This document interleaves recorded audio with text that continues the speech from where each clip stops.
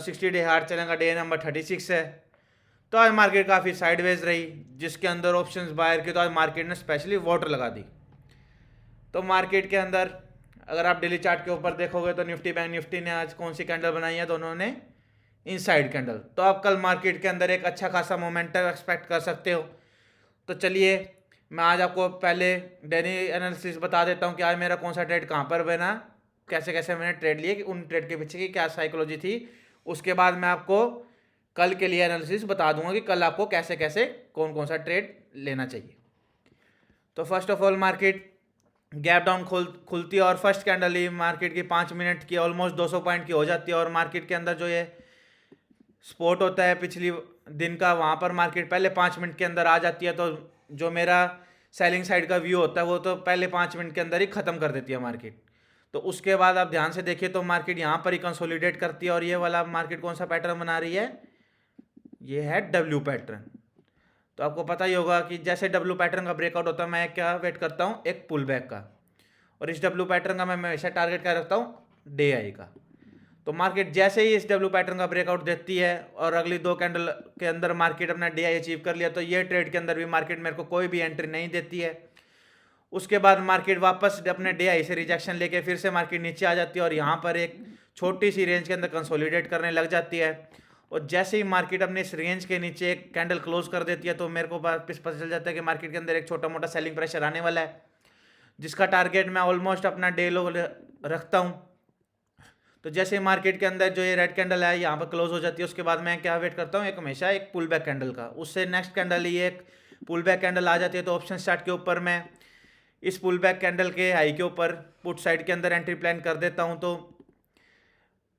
Market के अंदर options buying के अंदर बिल्कुल भी मोमेंटम नहीं था। और जो ये मेरी एंट्री थी, क्योंकि अगर आपने को पता होगा तो इंडिया विक्स धीरे धीरे 14 से ऊपर आने की कोशिश कर रही है। और अगर आप देख सको तो विक्स आज 13.90 के आसपास क्लोज करी है। तो धीरे धीरे विक्स बढ़ रही है, जिस करके आने वाले दिनों में ऑप्शन चार्ट के ऊपर एंट्री पहले हो जाएगी और जबकि स्पोर्ट के अंदर बाद में होगी। तो बहुत कन्फ्यूज़न रहने वाली है जब तक ये इंडिया विक्स 15-16 का लेवल अचीव नहीं कर लेती है। तो आज भी वैसा ही हुआ, मेरी एंट्री पहले हो गई ऑप्शन चार्ट के ऊपर और वो मेरी बाइंग प्राइस से नीचे आ गया। जैसे मेरा एंट्री ट्रिगर हुई ऑप्शन चार्ट के ऊपर, आपको पता है मैं ऑप्शन चार्ट के ऊपर मैं मेरे सिस्टम के अंदर ऑर्डर लगा देता हूँ, एक स्पाइक आया और वो ऑर्डर ट्रिगर हो गया। और ऑर्डर ट्रिगर होने के साथ ही वो मेरे बाइंग प्राइस के नीचे आ गया। तो फिर मेरे को जैसे वो कोस्ट टू कोस्ट आया, मैंने वो स्टॉप जो पुट ऑप्शंस था वो मैंने निकाल दिया। उसके बाद वो मार्केट के अंदर एक मोमेंटम आया, पर इस मोमेंटम के अंदर वो बाइंग प्राइस पे मेरा चल रहा था। तो मैंने उसको कोस्ट टू कोस्ट जैसे ही निकाला, वापस मार्केट के अंदर पुल बैक आता है। और जब मार्केट मेरा ये जो ये टारगेट होता है वो अचीव करती है, इसके अंदर मेरे को ऑप्शंस के अंदर भी जो मेरा 25 पॉइंट का उसके अंदर स्टॉप लॉस होता है, 25 पॉइंट का टारगेट होता है, वो आ जाता है। पर 60 डे आर्ट चैनल के अंदर मैं मेरे जो रूल्स है वो स्ट्रिक्टली फॉलो कर रहा हूँ, जिस करके मैंने रूल फॉलो करा वो ट्रेड मेरे को सिर्फ एक पॉइंट के लॉस है, यानी कि 15 रुपये का उसके अंदर लॉस हुआ। आज मैं क्वांटिटी भी बहुत ही छोटी प्ले कर रहा था क्योंकि मार्केट कल के दिन के रेंज के अंदर थी। तो जब जब मार्केट प्रीवियस डे रेंज के अंदर ट्रेड करती है तो मैं एक या 2 लॉट से ही ट्रेड करता हूँ। तो फर्स्ट ट्रेड के अंदर मेरे को कोस्ट टू कोस्ट निकलना पड़ा। उसके बाद आप ध्यान से देखिए मार्केट फिर से यहाँ से जो अपना डेलो का टारगेट होता है यहाँ से फिर से मार्केट एक बाइंग करती है। फिर से मार्केट बाइंग प्रेशर आने के बाद यहाँ पर फिर से कंसोलिडेट करती है। तो मैं इस हाई के ऊपर एक ऑप्शन चार्ट के ऊपर एंट्री प्लान कर देता हूँ। इस ट्रेड के अंदर भी मार्केट के अंदर मेरा 48,040 का टारगेट होता है। फिर से वही सेम पैटर्न मार्केट रिपीट कर देती है। इस ट्रेड के अंदर मार्केट के अंदर अगर मैं आपको दिखाऊं तो स्पोर्ट के अंदर एंट्री नहीं होती और ऑप्शंस के अंदर पहली एंट्री हो जाती है। और इसके अंदर भी मैं एक लॉट से एंट्री प्लान करता हूं क्योंकि मार्केट के अंदर ऑप्शंस बाइंग के अंदर मोमेंटम नहीं था, तो जिस करके मेरे को एक लॉट से एंट्री प्लान करनी पड़ती है। और ये ट्रेड के अंदर मैं 3 से 4 पॉइंट लेके जो मेरा पिछले 1 पॉइंट का लॉस होता है वो मैं कवर कर लेता हूँ और 2-3 पॉइंट के प्रॉफिट में आ जाता हूँ। और वो डिसीजन मेरा इसको जल्दी काटने का सही भी जाता है क्योंकि मार्केट बार बार यहाँ से रेजिस्टेंस ले रही थी और मार्केट ने कितना स्ट्रगल करा इस को तोड़ने के लिए, पर ये लेवल मार्केट कभी तोड़ के सिंगल कैंडल भी क्लोज नहीं कर पाई। तो आज ये सिर्फ 2 ही ट्रेड बने, उसके बाद मार्केट एक ये रेंज के अंदर ही क्लोज हो गई। तो जिस करके आज मेरे को डे नंबर 36 के ऊपर, चलिए मैं कोटोनियो की चार्ट भी दिखाता हूँ मेरे को कितने का लॉस प्रॉफिट हुआ है। तो डे नंबर 36 के ऊपर आज मेरे को सिर्फ 69 रुपीज़ का प्रॉफिट हुआ, जिसके अंदर फर्स्ट ट्रेड के अंदर मेरे को 1 पॉइंट का लॉस हुआ था जो 15 रुपये का था, और सेकंड ट्रेड के अंदर मेरे को जो मैंने एक लॉट से मारा था उसके अंदर 84 रुपीज़ का प्रॉफिट हुआ। तो प्लस माइनस करके आज मेरे को डे नंबर 36 के ऊपर 69 रुपीज़ का प्रॉफिट हुआ है। तो जो ये चैलेंज है अपना कंटिन्यूस अपनी विनिंग स्ट्रीक के अंदर मेंटेन है। आई होप कि अब ये जो विनिंग स्ट्रीक है थोड़ी सी लंबी चले और अब इस चैलेंज के अंदर मैं अच्छा खासा प्रॉफिट बना पाऊँ। तो चलिए मार्केट के अंदर मैं आपको कल का एनालिसिस बता देता हूँ।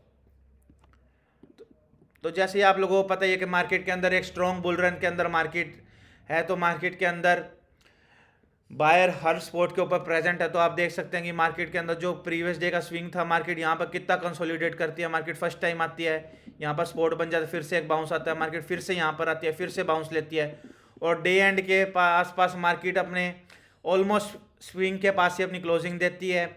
ये ब्रेकडाउन तो बार बार करने की कोशिश करती है, पर जो सेलर होते हैं वो बार बार फेल हो जाते हैं। तो अगर कल मार्केट फ्लैट खुलती है और मार्केट अपने इस लेवल को तोड़ती है 47,800 को, तो आप एक ट्रेड ले सकते हैं। उसके अंदर फर्स्ट टारगेट आपका 650 का रहेगा। उसके बाद मार्केट के अंदर अगर आप ध्यान से चार्ट को देखोगे जूम आउट करके, तो आपको पता चलेगा कि मार्केट के अंदर एक गैप भी है। तो कल आपको मार्केट के अंदर आप थोड़े थोड़े, अगर आप 4 लोट के अंदर ट्रेड करते हैं तो फर्स्ट टारगेट आप 43,650 का रखना। उसके बाद सेकंड टारगेट 43,500 का रखना, और उसके बाद 2 लोट तो आप यहाँ पर काट लेना, 1 लोट यहाँ पर काटना, और 1 लोट आप जरूर होल्ड करना। उसके अंदर आपको टारगेट मिलेंगे 47,200 के, जो एक मार्केट के अंदर स्ट्रॉन्ग स्पॉट है। तो कल अगर मार्केट फ्लैट खुलती है और जैसे मार्केट 47,800 के ब्रेक करेगी, आप एक कैंडल क्लोजिंग का वेट जरूर करना, क्योंकि मार्केट के अंदर स्पाइक आ रहे हैं, क्योंकि मार्केट बुलिश ट्रेंड के अंदर है। तो हर लेवल के ऊपर मार्केट के अंदर बायर बैठे हैं, जिसने भी मोमेंटम मिस करा है तो वो हर एक पुल बैक पे मार्केट में एंट्री कर रहे हैं। तो जैसे मार्केट कैंडल क्लोज करेगी, फर्स्ट टारगेट आपका 650 का, सेकंड टारगेट 47,500 का, थर्ड टारगेट पर 47,200 का। और अगर कल मार्केट गैप डाउन खुलती है और मार्केट 47,700 का लेवल ब्रेक करती है, तो आप यहाँ पर फिर से एक ट्रेड ले सकते हैं। उसके अंदर फर्स्ट टारगेट आपका 47,500, दूसरा टारगेट 47,200। तो मैंने आपको 2 सिनेरियो बता दिए हैं, फ्लैट और गैप डाउन का।